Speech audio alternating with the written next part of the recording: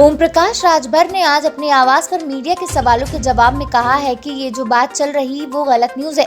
ना तो ओवैसी जी की मायावती से कोई बात हुई और ना ही उन्होंने मोर्चे में 100 सीट की कोई बात की है।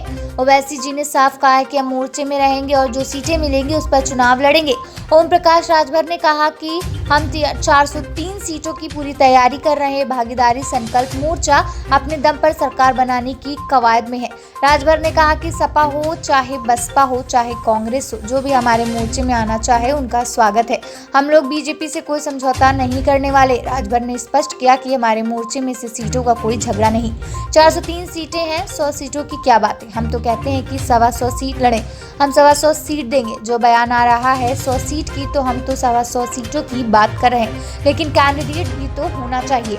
तो ये सब अफवाह है, इससे कोई सच्चाई नहीं है। सुभाषपा मुखिया ने बीजेपी से कोई भी संबंध और समझौता करने से इनकार करते हुए कहा कि मोदी जी जो कहते हैं कि ठीक उसके उल्टा करते हैं। मोदी 1 नंबर के झूठे और योगी 2 नंबर के झूठे हैं। वहीं भाजपा पर निशाना साधते उन्होंने ये भी कह डाला कि बाप और भाई की कमाई पर ऐश करने वाले ही मोदी और योगी जी के गुण गा रहे। आसिफ हुसैन जैदी की रिपोर्ट।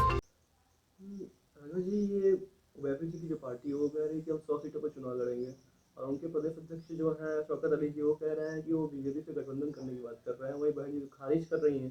तो क्या जो गठबंधन उनके पास आपका गठबंधन है, तो क्या यही गठबंधन चुनाव लड़ेगा या किसी बड़ी पार्टी की भी शामिल होने की संभावना है? देखिए, जो ये बयान चल रहा है ये गलत न्यूज़ है और ना तो